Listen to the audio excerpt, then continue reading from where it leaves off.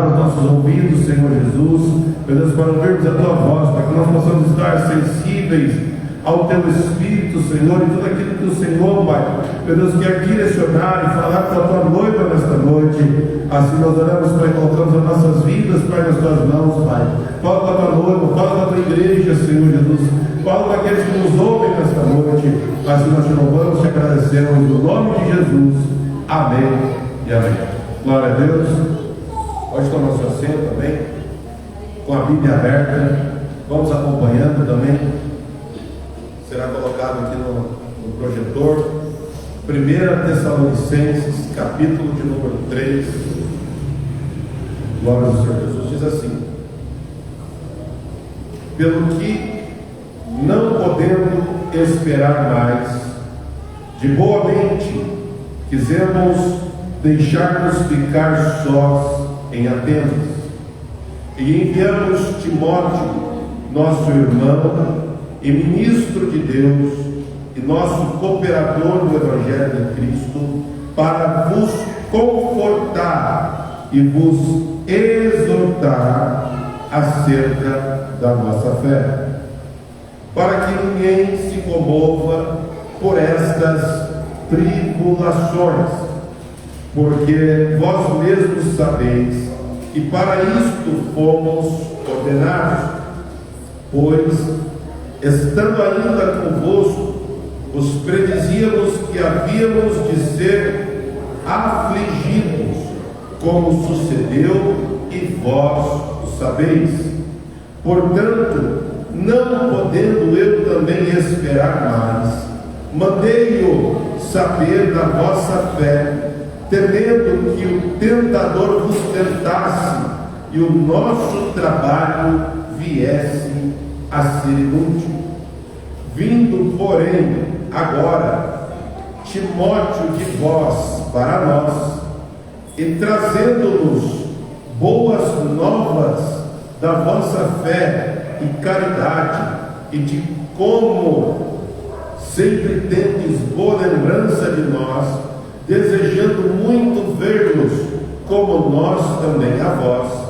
Por esta razão, irmãos, ficamos consolados, aleluia, consolados acerca de vós em toda a nossa aflição e necessidade pela vossa fé, porque agora vivemos, se estáis firmes no Senhor, porque que ação de graças podemos dar a Deus por vós, por todo o gozo com que nos regozijamos por vossa causa diante do nosso Deus, orando abundantemente dia e noite, para que possamos ver o vosso rosto e supramos o que falta à vossa fé. Ora, o mesmo nosso Deus e Pai e nosso Senhor Jesus Cristo encaminhem a nossa viagem para vós,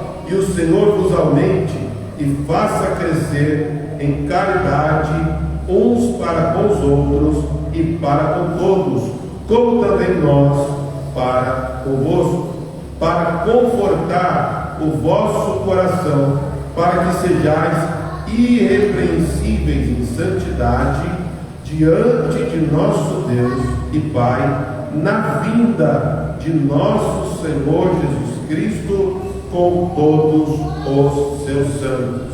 Amém. Irmãos, glórias a Deus. Este é o capítulo 3 de 1 Tessalonicenses. Eu fui grifando aqui algumas palavras que eu quero que você preste atenção na ênfase que Paulo ele dá nesse texto. Já no capítulo de número 2, Paulo ele diz: confortar, exortar, no versículo 3, tribulações, versículo 4, afligidos, versículo 7, consolados, aflição, necessidade.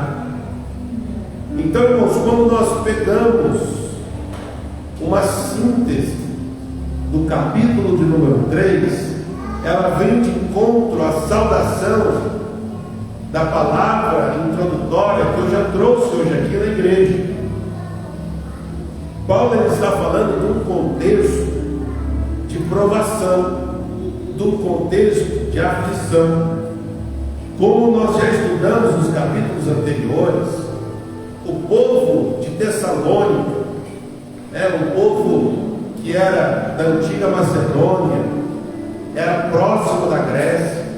Naquela época havia uma influência enorme do pensamento grego, ou seja, o mundo vivia uma época onde a filosofia estava sendo difundida, os pensamentos de Platão, os pensamentos de Aristóteles eram extremamente conhecidos ali naqueles dias. O povo grego gostava de discutir, de conversar, de falar, de filosofar.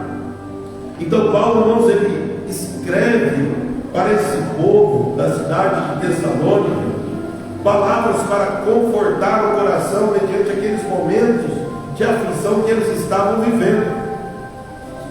Eles receberam a fé muito bem, eles aceitaram de bom grado, eles aceitaram de bom grado a pregação da palavra de Deus. Como nós lemos aqui, muitos gregos aceitaram o Senhor Jesus naquela cidade e eles passaram a ser perseguidos por conta da sua nova fé. Para que nós possamos entender isso melhor, nós temos que entendermos qual era o contexto da igreja primitiva naqueles dias. Irmãos, muitas vezes nós podemos falar, não é fácil ser crente nos dias de hoje, mas eu te garanto que antigamente também não era fácil. Talvez muito pior do que ser hoje.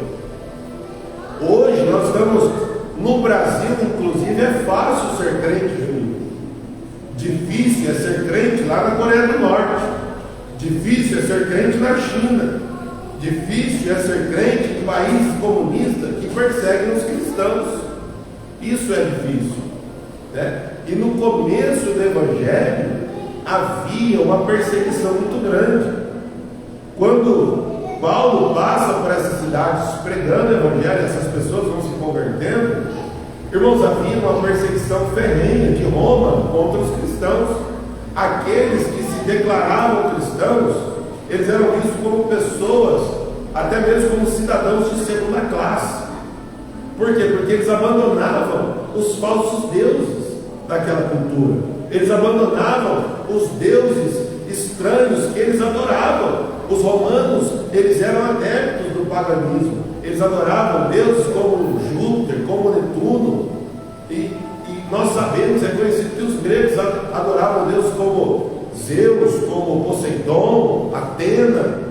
Os gregos tinham o seu panteão de deuses, os romanos tinham o seu panteão de deuses, e de repente surgem os crentes, falando que só existe um Deus verdadeiro, que todos aqueles outros eram falsos.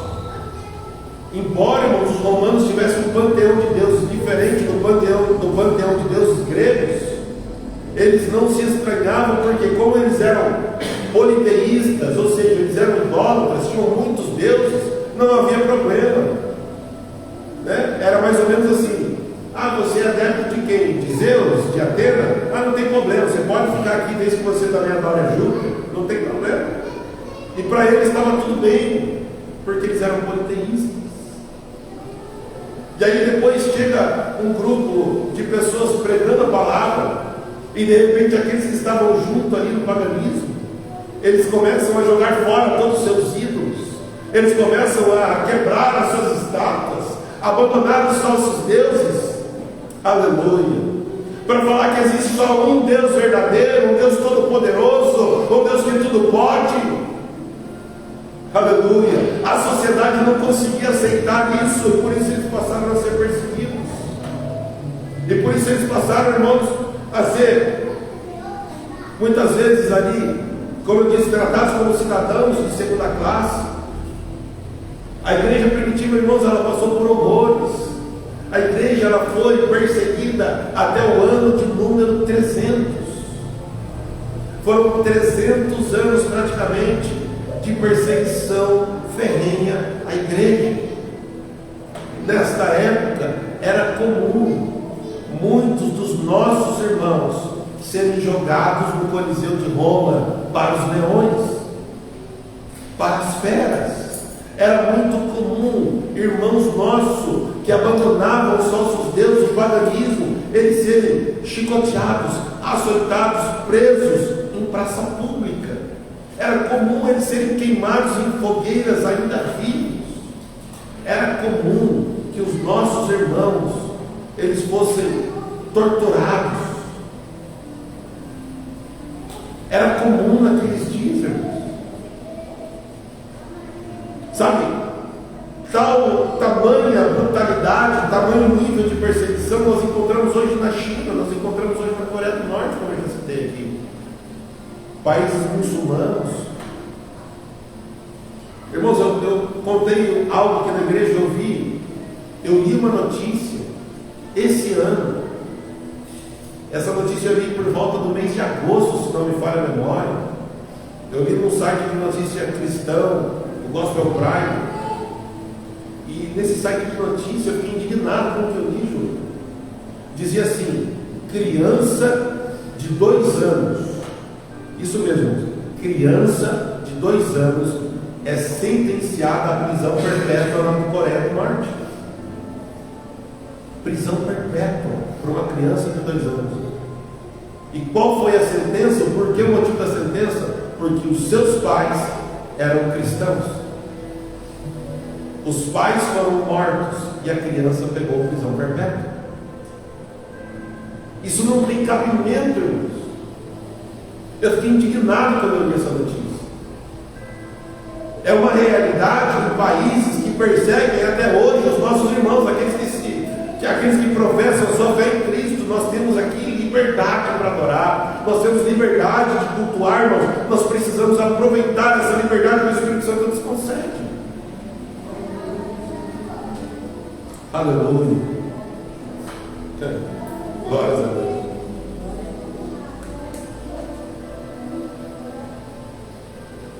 Sabe, irmãos, quando nós vemos essa carta de Paulo aos Tessalonicenses, quando nós nos deparamos no capítulo 3, Paulo ele inicia no verso 1, falando mais uma vez que Paulo ele estava desejoso, ele tinha vontade de voltar para a cidade de Tessalônica, porque além dos testemunhos dos irmãos que chegavam para ele, que eram testemunhos de pessoas convertidas verdadeiramente, Paulo ele tinha o desejo de voltar para consolar aquelas pessoas, porque Paulo ele tinha um sentimento paternal pelos seus filhos na fé. E nós podemos ver isso, irmãos. Paulo, por exemplo, quando ele fala aos Gálatas, usando o exemplo de paternal de Paulo, Gálatas capítulo 4, verso 19, ele diz assim: meus filhinhos, por quem de novo sinto as dores de parto, até que Cristo seja formado em vós. Esse era o objetivo do trabalho da pregação missionária de Paulo. Não era para que as pessoas mudassem de vida financeiramente, mas que elas pudessem mudar de vida espiritualmente. Paulo pregava para que as pessoas pudessem ter transformação do seu caráter, no seu interior, pudessem experimentar a paz que excede todo entendimento. Isso é o Evangelho. Aleluia. Oh, glória, aleluia. Irmãos, ele tinha esse sentimento paternal. Note a expressão que ele usa: até sinto de novo as dores de parto por vós, até que Cristo seja formado, seja gerado em vós. Aleluia. Esse é o processo de nos transformarmos em seguidores de Cristo, em servos de Cristo. O objetivo de ser servo de Cristo, seguidor de Cristo, é ser parecido com Cristo. Aleluia. Esse é o objetivo do Evangelho, irmãos. Inclusive a palavra cristãos, ela vem de Christos no grego, significa pequenos cristos, ou seja, imitadores de Cristo, seguidores de Cristo. É isso que nós somos. Quando nós falamos que nós somos cristãos, nós estamos falando: eu sou seguidor e imitador de Cristo. E o exemplo de Cristo, irmãos, é um exemplo maior do que o de Cristo, de abnegação, de sofrimento, de de se doar por aqueles que haviam de se salvar. Não há exemplo maior do que o exemplo de Cristo. Então Paulo, irmãos, desejoso de estar lá para consolar, mas ele não pôde estar lá. Abra por gentileza, 1 Tessalonicenses 2,18. Paulo ele estava desejoso, porém ele diz aqui: nós não queremos esperar mais. Paulo havia sido impedido de voltar para Tessalônica. No capítulo anterior, no capítulo 2, no verso 18, diz assim: Satanás nos impediu. Foi colocado obstáculo, foi colocada obstrução para que eles não voltassem ali naquela cidade. Havia uma guerra espiritual que Paulo estava lutando. Porém, ele não deixa aquela igreja recém-convertida ali desamparada. No verso 2 nós vamos ver que ele envia Timóteo, o amado pastor, o amado Timóteo. Timóteo, irmãos, ensinado aos pés do apóstolo Paulo, o futuro pastor da igreja de Éfeso, que era a igreja principal da Ásia Menor. Paulo envia Timóteo para confortar e para consolar os irmãos. No versículo 2, capítulo 3, verso 2, Paulo diz assim: enviamos Timóteo, nosso irmão, ministro de Deus, nosso cooperador no Evangelho de Cristo, para vos confortar e exortar acerca da nossa fé. Havia chegado já aos ouvidos de Paulo a perseguição que aqueles irmãos estavam enfrentando. Então ele envia Timóteo para confortar ali aqueles irmãos, para que eles fossem consolados, para que exortassem. Exortar, irmãos, é trazer ânimo, é trazer de volta a vida. Isso é uma exortação. Exortação não é somente corrigir, não é somente correção, mas exortar é trazer de volta a vida, é trazer ânimo. Paulo envia Timóteo para que aquele povo não desistisse, não parasse, mas que o povo pudesse perseverar na fé em Cristo Jesus. Paulo diz: exortar acerca da vossa fé. Paulo envia Timóteo para que aquele povo pudesse permanecer. E eu trago isso para os nossos dias, como eu disse aqui na introdução do culto, irmãos. Não são as provações que nos separam de Cristo Jesus. Não são, irmãos, as nossas fraquezas e as nossas limitações que nos separam do amor de Cristo Jesus, não. Romanos, no capítulo 8, diz isso de uma forma muito clara. Eu quero que você ouça com atenção as palavras que estão escritas aqui em Romanos, capítulo 8, no versículo 38 e 39, porque diz assim: porque estou certo de que nem a morte, nem a vida, nem os anjos, nem principados, nem potestades, nem o presente, nem o porvir, nem a altura, nem profundidade, nem alguma outra criatura nos poderá separar do amor de Deus que está em Cristo Jesus nosso Senhor. Aleluia. Não há nada, irmãos, que possa nos separar do amor de Deus.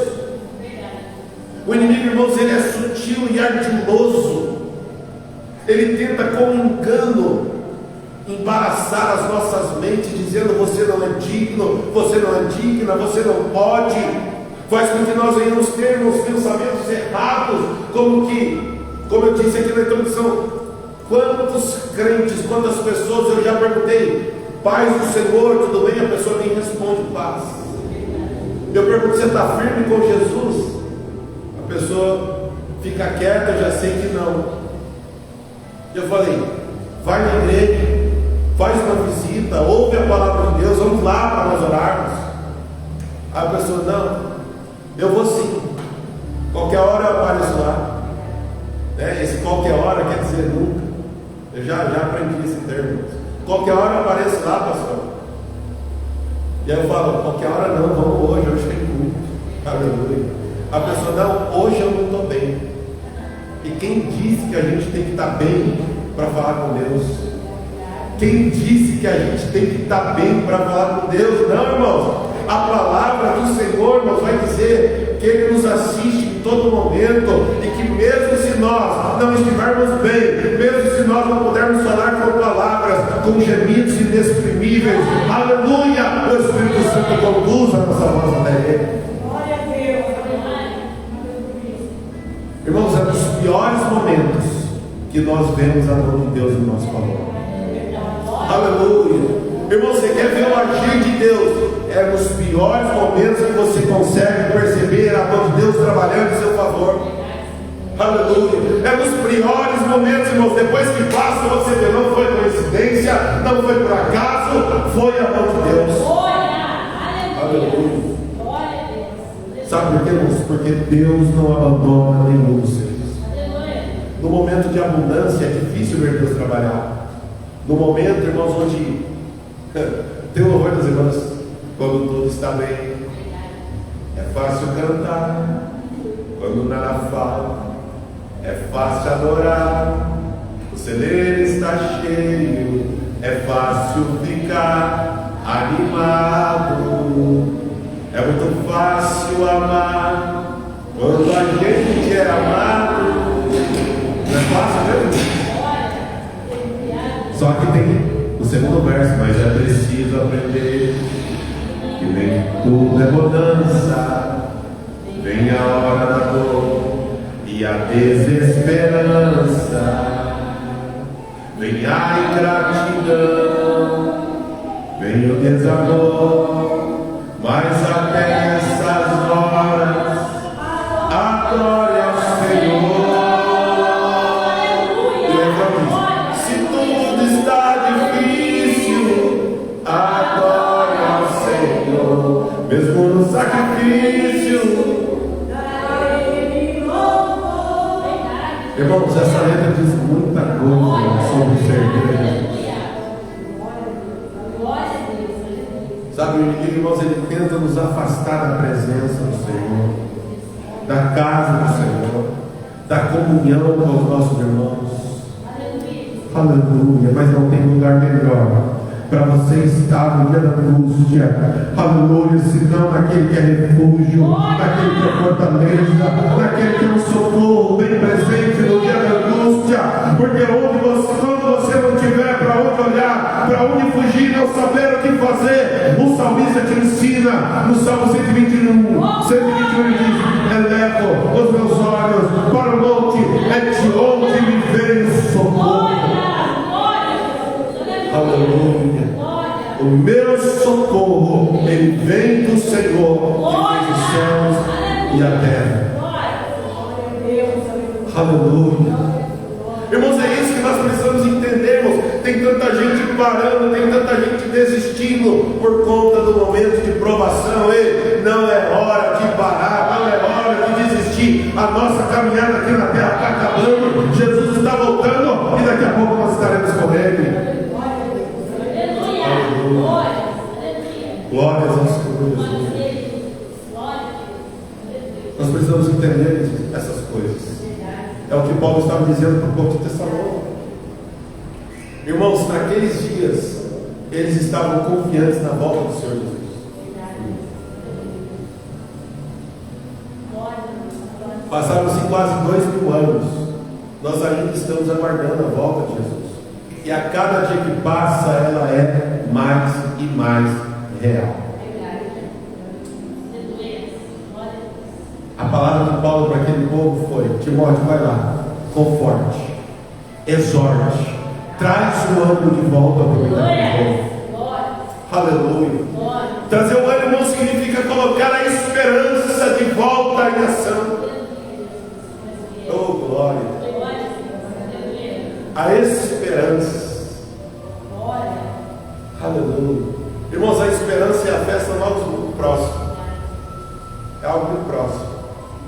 Sabe, é tão lindo quando nós vemos, por exemplo, deixa eu ver aqui, em 1 Coríntios capítulo 13. 1 Coríntios 13, eu vou abrir aqui. No verso de número 13, Paulo diz assim: agora, pois, permanece a fé, a esperança e o amor. Estas três, mas a maior destas é o amor. Mas a esperança e a fé, elas caminham lado a lado. A esperança e a fé caminham lado a lado. Livro de Hebreus, capítulo número 11. Vamos ver o que é isso, irmãos? O que é fé? Livro de Hebreus, capítulo número 11, verso 1, diz assim: ora, a fé é o firme fundamento das coisas que se esperam e a prova das coisas que se não veem. Algumas traduções vão dizer a esperança daquilo que não se vê. Isso é fé. Esperança nada mais é, irmãos, do que esperar com confiança. Isso é fé também. Esperar com confiança é fé. Pastor, me prova, te prova. A situação pode estar difícil, a medicina pode ter dado um diagnóstico ruim, mas quem tem esperança ou fé, espera com confiança. Espera em quem, irmãos? Em Deus. Espera em Deus. Coloca a sua fé no alto refúgio. Aleluia. Aleluia. Porque a fé, irmãos, ela é, aleluia, como foi lido aqui, é o firme fundamento. Firme fundamento das coisas que se espera. A fé, ela pavimenta o caminho da esperança. É o firme fundamento. O fundamento é aquilo que dá base. O fundamento é aquilo que dá estabilidade. A fé é o firme fundamento das coisas que se esperam. Falaram que vai dar errado, mas eu tenho esperança e fé em Deus que tudo vai dar certo. Falaram que não tem jeito, mas eu tenho esperança, eu espero com confiança no meu Deus, que é poderoso para mudar a situação. Aleluia. Foi lido aqui, irmãos, Isaías capítulo 55, na introdução do culto. O Senhor, o próprio Senhor disse que a sua palavra não volta para ele vazia, antes ela vai e cumpre aquilo que ele ordenou. Glória a Deus. Aleluia. Então, irmãos, continuando aqui em 1 Tessalonicenses capítulo 3, Timóteo tem a missão de confortar e de exortar, trazer ânimo para aquele povo de Tessalônica. No versículo 3, Paulo diz: para que ninguém se comova por essas tribulações, porque vós mesmos sabeis que para isto fomos ordenados, pois estando ainda convosco, vos predizíamos que havíamos de ser afligidos, como aconteceu ou como sucedeu, e vós o sabeis. Irmãos, Paulo não escondeu. Paulo disse: quando eu estava aí, eu disse: olha, nós vamos ser afligidos, nós vamos ser perseguidos. Paulo pregou isso quando eles se converteram, sabe? Irmãos, hoje há uma maquiagem que colocaram no Evangelho. Alguns pregadores embrulharam no Evangelho numa embalagem bonita de presente e diz: olha, se você vier para Jesus, nunca mais você vai sofrer, nunca mais você vai ter dificuldade, Jesus vai mudar tudo na sua vida. Não é assim. O Evangelho nunca foi assim. O Evangelho nunca foi promessa de felicidade aqui na terra. O Evangelho é promessa de vida eterna com Cristo Jesus. Aleluia. Porque o nosso tesouro, Jesus Cristo disse, não é na terra. Aleluia. Ajuntai tesouro, porém, no reino de Deus. O Senhor disse, irmãos. E nós ajuntamos tesouro no céu quando nós fazemos as obras que Cristo nos disciplina. Aleluia. Isso é o Evangelho verdadeiro, irmãos. Tem tanta gente por aí sendo enganada no nosso país. Estão vendendo o Evangelho de facilidades. Eu lembro, irmãos, o pastor Adelso costumava dizer: eles estão pregando o Evangelho sem cruz. E E quando tem cruz, ela tem rodinha. É fácil carregar. Então, estão pregando a cruz com rodinha. Cruz de isopor. Aí é fácil carregar, irmãos. Pastor, mas como assim? O que o senhor quer dizer então? O senhor quer dizer que ser cristão é sofrer? Não, não é isso. Ser cristão é ter paz mesmo em meio à tempestade. Aleluia.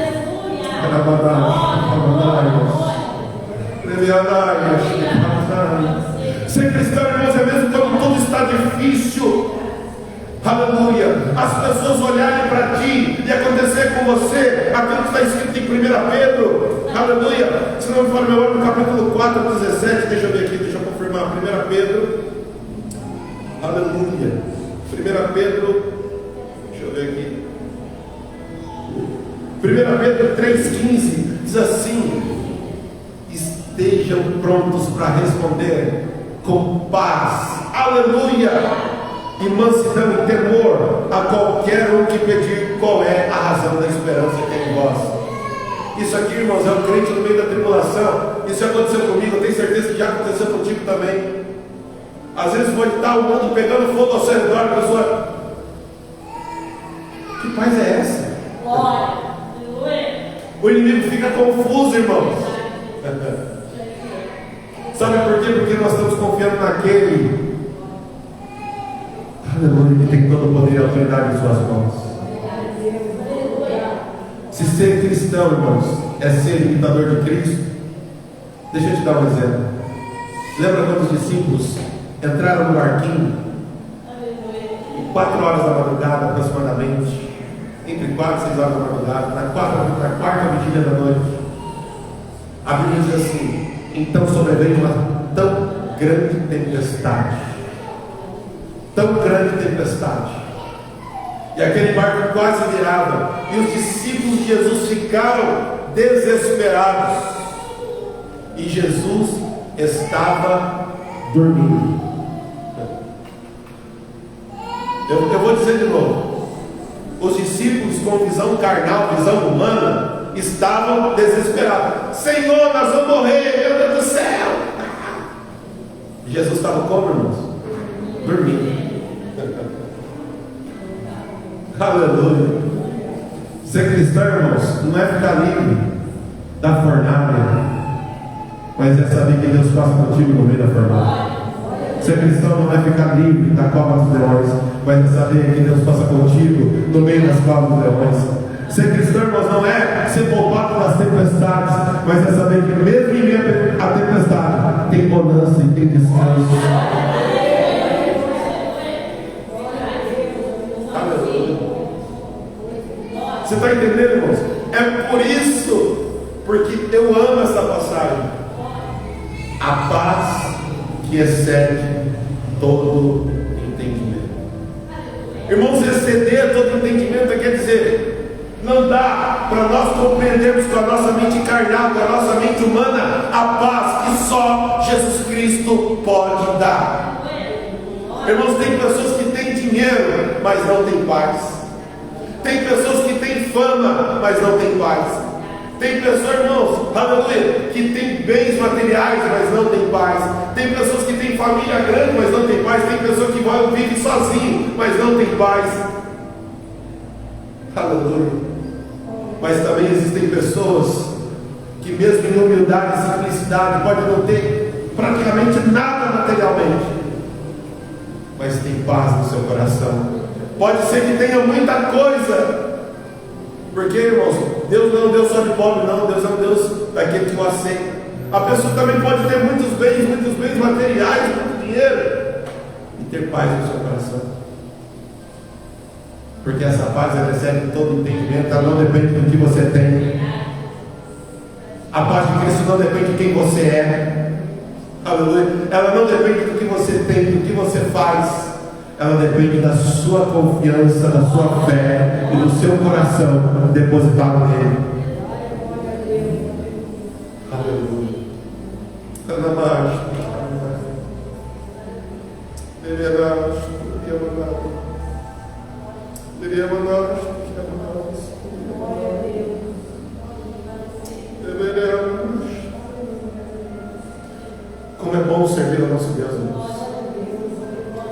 Como é bom servir o nosso Senhor Jesus.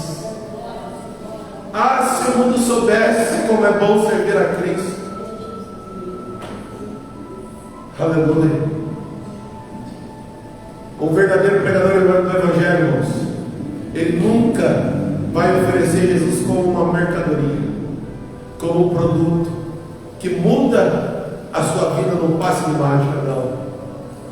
O verdadeiro pregador do Evangelho te oferece a cruz. Ele te oferece o caminho do arrependimento, de mudança, de transformação. Porque, irmãos, por muito ao contrário que muitas pessoas pensam, a prova não é para nos abater, mas é para moldar o nosso caráter. A prova, aleluia, que Deus permite, não é para nos destruir, mas é para tirar o nosso orgulho, para que nós possamos ser mais humildes. A prova, irmãos, quando ela vem, quando Deus permite, não é para que nós possamos ser envergonhados, mas é para que Deus, a glória de Deus, seja manifestada em nossa vida. A nossa mentalidade errada, os discípulos de Jesus andando com Jesus, quando viram o cego de nascença, perguntaram para Jesus: Senhor, e este quem pecou? Foi ele ou foi seus pais para ele estar dessa maneira? Jesus disse: nenhum e nem outro, ele está assim para que se manifeste nele a glória de Deus. Aleluia, aleluia, com glória. Deus está nos forjando, igreja. Aleluia. Leveste, Pamaná.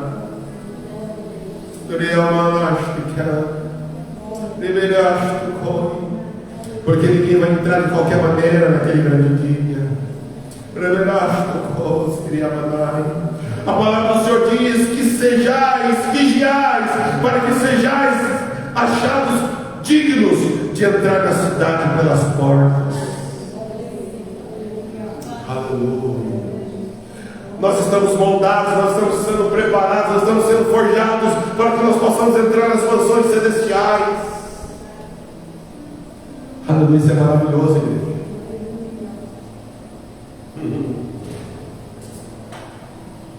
Oh, glória. Irmãos, isso é maravilhoso, irmãos. E eu vou te mostrar algo que o Espírito Santo está trazendo no meu coração.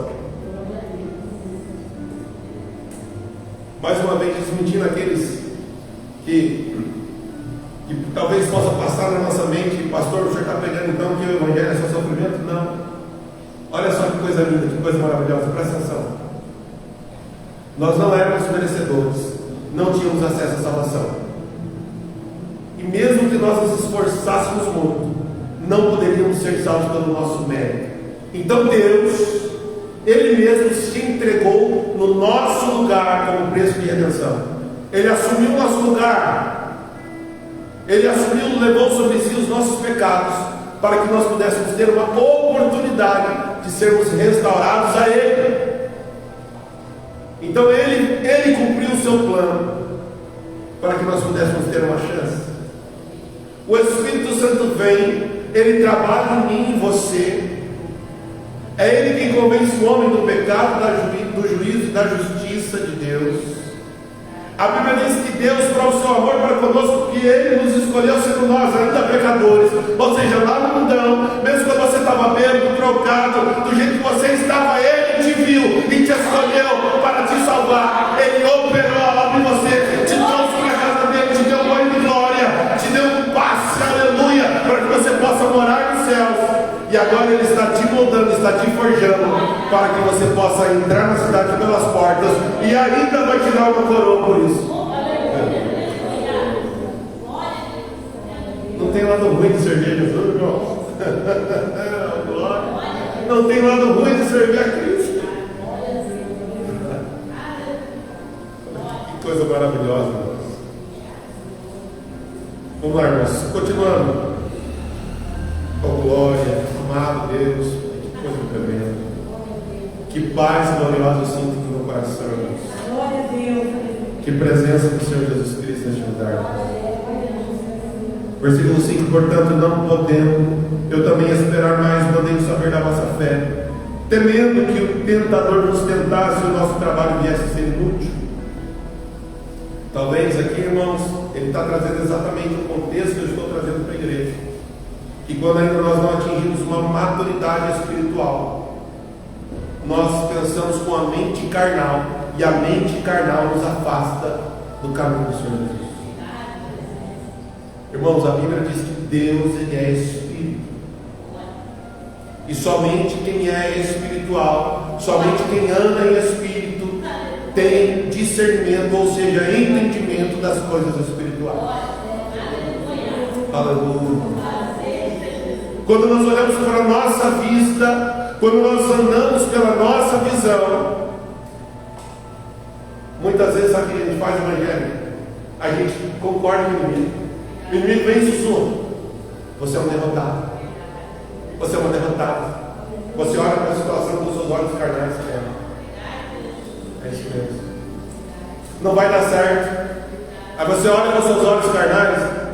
É isso mesmo.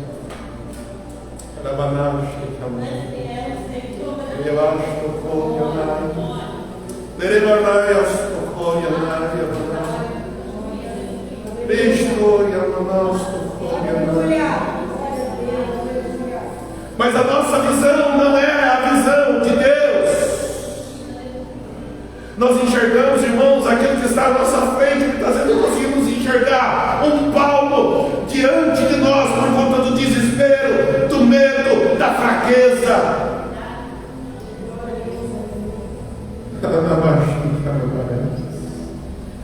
Aí vem o Senhor, irmãos, em Isaías, no capítulo 55, que foi lido aqui.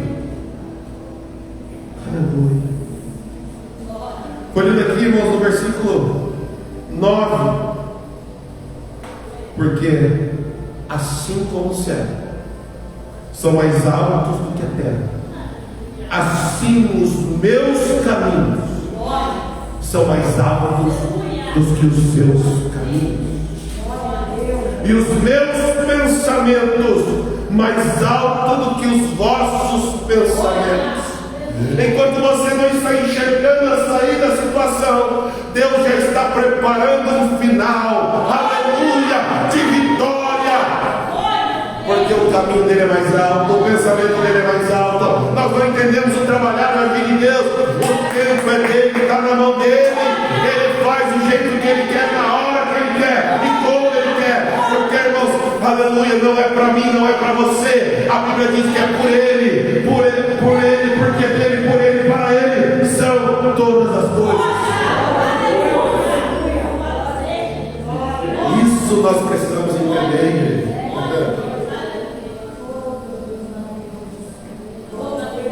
Aleluia. Irmãos, é tão somente confiar no Senhor, ficar firme no Senhor. Põe por gentileza para mim Jeremias 29. Aleluia. Jeremias, irmãos, 29, versículo 11. Enquanto nós estamos enxergando hoje, irmãos, Deus está enxergando amanhã, está enxergando depois de amanhã, está enxergando o mês que vem, Ele está enxergando até o último dia da nossa vida. Ei, e sabe, deixa eu te falar uma coisa, talvez você nunca ouviu isso, mas Deus, Ele tem pensamentos de paz a seu respeito. Aleluia, porque eu pensei os pensamentos que eu tenho a seu respeito, diz o Senhor, pensamentos de paz e não de mal, para vos dar o fim que esperais.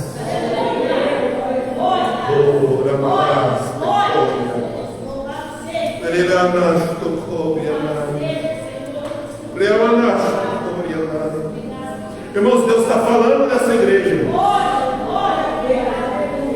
Aleluia. Aleluia. Esperança, esperar com confiança. Esperar com confiança. Oh, aleluia. Esperar com confiança. Glória. Esperei com paciência no Senhor. Aleluia, e Ele se inclinou para mim, ouviu o meu clamor. Salmo 40, tirou-me de um lago horrível e de um charco de lodo, e pôs os meus pés sobre a rocha e firmou os meus passos. É só só Ele que muda os caminhos. Oh, glória. Oh, aleluia. Louvado seja Deus, irmãos. Tem muita gente dando ouvido à voz do tentador. Aleluia. Ouça a voz do seu bom pastor, Cristo.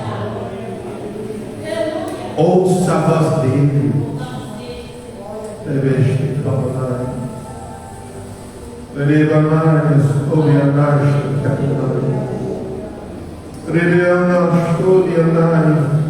Porque o Senhor diz, irmãos, em João capítulo 10: eu conheço as minhas ovelhas e elas conhecem a minha voz. Aleluia. E nós precisamos conhecer a voz do nosso Senhor. Nós precisamos conhecer a voz do nosso Mestre. Ei, irmãos, a palavra do Senhor. Ei, lembra dos discípulos lá acordando Jesus no meio da tempestade?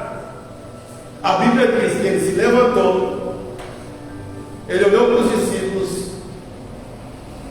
Irmãos, imagina Jesus meio que desapontado. Irmãos, Jesus tinha uma vida corrida, irmãos. Tinha muita gente atrás dele, querendo uma oração, querendo ouvir ele pregar, pedindo explicação. Jesus não parava. Quando Jesus descansava, era no meio da tempestade. O crente descansa no meio da tempestade. Aí Jesus está cansado. Quantas noites sem dormir? Os discípulos acordam ele. Irmãos, os discípulos já tinham ouvido Jesus fazendo um monte de milagre. Jesus já tinha dado poder para eles. Imagina Jesus levantando cansado, estava no rosto. Olha para assim. A Bíblia não diz como, ele fala assim: homens de pequena fé. A Bíblia diz que ele olha assim, homem. Irmão, você acha que ele falou, homens de pequena fé? Não, irmão. Eu estava cansado ali. Eu assim, puxa vida. E a Bíblia diz, e ele falou. A palavra usada no grego ali é profoné. Profoné significa falar. Jesus não gritou, irmão. Era uma tempestade, vamos lá. Era uma tempestade que estava quase virando o mar. Então já imagina o vento, trovoada, aquele barulho, imagina o barulho da tempestade no mar. Ele não gritou, ele falou, ei vento! A Bíblia diz, profoné. E ele diz, profoné é falar, igual assim, uma conversa. Assim, vento, se acalma, mar, calma. E instantaneamente, na mesma hora,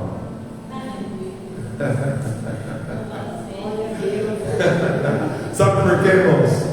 Jesus não precisa gritar para que a sua vontade seja cumprida. Basta uma palavra. Aleluia. Tem gente que quer vender só no fogo, mas uma palavra mansa dele muda tudo. Aleluia. Oh, aleluia. Meu Deus do céu. Louvado seja Deus. Jesus, a hora já foi, você faz 50 minutos que eu estou falando. Diz assim: por esta razão, irmãos, ficamos consolados acerca de vós em toda a nossa aflição e necessidade pela vossa fé. Paulo, irmãos, depois que Timóteo retorna, e a mensagem de retorno de Timóteo para Paulo é uma mensagem positiva. O povo estava sendo perseguido. Paulo estava com medo que eles dessem ouvido a voz do tentador, mas aquele povo estava firmado na rocha. Porque quando Timóteo volta, Paulo diz: ficamos consolados. Aleluia. Porque mesmo em toda a nossa aflição e necessidade, nós ouvimos falar da nossa fé. Aleluia. Irmãos, é assim que nós precisamos agir e entender, irmãos. Todos nós aqui passamos por necessidade, todos nós passamos por angústia, todos nós passamos por aflições, mas que nós precisamos estar ligados na videira, orando: Senhor, abençoa a vida do meu irmão, da minha irmã, Senhor Jesus. Entra nessa luta, entra nessa causa, Senhor. A igreja unida, irmãos, o diabo, o inferno não pode parar. Glória a Deus, aleluia.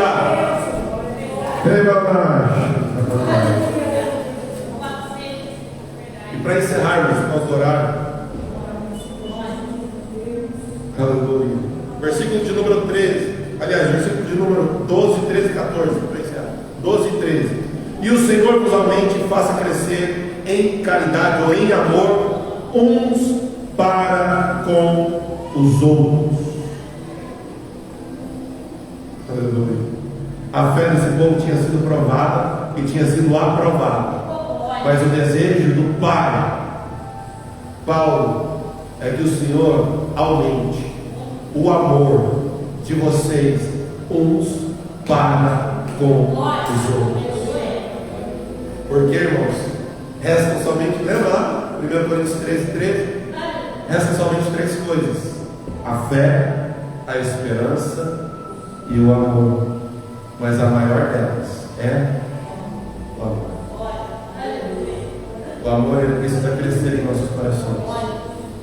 O amor pela obra, o amor pelo Senhor, o amor pelo Espírito Santo, o amor pelos nossos irmãos, o amor por estar na presença e na casa do Senhor Jesus.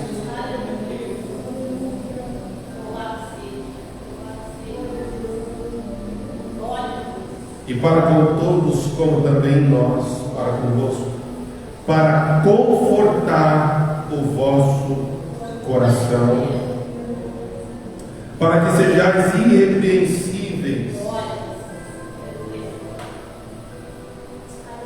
Irmãos, isso aqui é tremendo. Versículo 13 de novo: para confortar o vosso coração. Crescer em amor para quê? Para confortar o vosso coração, para que sejais irrepreensíveis em santidade, diante do nosso Deus e Pai. Antes da gente continuar, deixa eu só explicar essa parte. O amor, irmãos, ele é como um escudo diante de nós.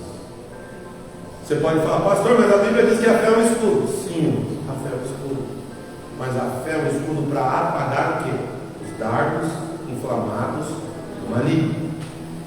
E o pastor, e o amor, pastor? O amor, Paulo está dizendo, quando nós crescemos em amor, ele conforta o nosso coração. E esse escudo que ele cria, esse escudo de proteção, sabe que quando o nosso coração, irmãos, ele está cheio de amor, quando o nosso coração está transbordando pelo amor de Deus, o amor, ele nos muda, Marcelo. Ele muda a forma que nós enxergamos a vida. Ele muda a forma que nós enxergamos as pessoas. Ele muda a forma como nós encaramos a situação. Quando Deus transborda o amor em nosso coração, irmãos, nós olhamos para uma pessoa que está angustiada, nós sentimos compaixão por ela. Quando o Senhor Jesus, ele transborda o nosso coração com o seu amor,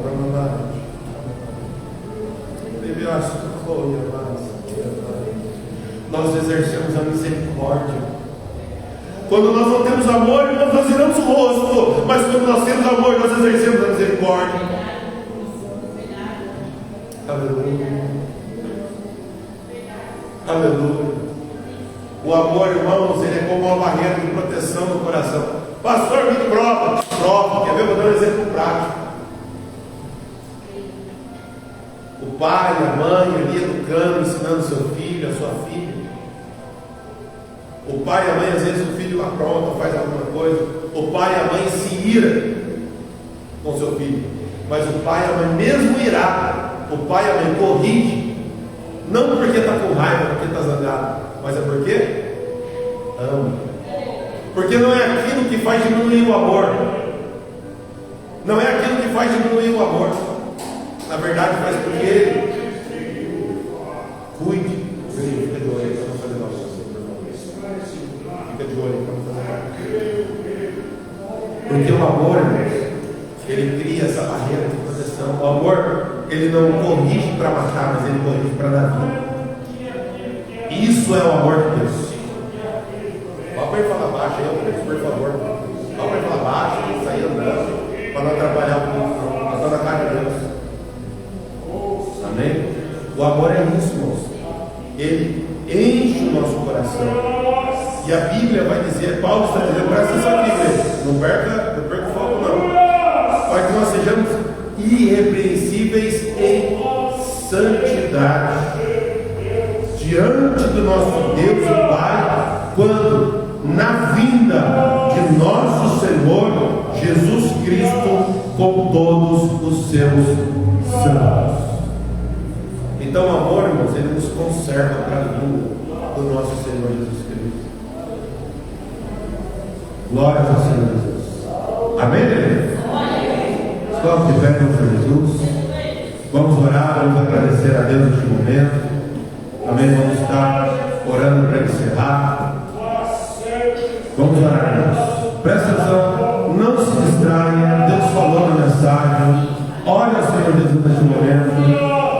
Senhor Deus eterno Pai, é no nome do Senhor Jesus Cristo, Filho amado, Pai, que nós louvamos, exaltamos e bendizemos o Teu nome, Pai. Nós te agradecemos, Pai, pelo fôlego de vida, pela Tua palavra e pela Tua voz, Senhor Jesus, que falaste, Pai, ao nosso coração. Meu Deus, é no nome do Senhor Jesus Cristo, meu Deus, que nós pedimos a Ti, Pai, meu Deus, que a Tua palavra possa ficar gravada em nossas vidas, em nossos corações, Pai.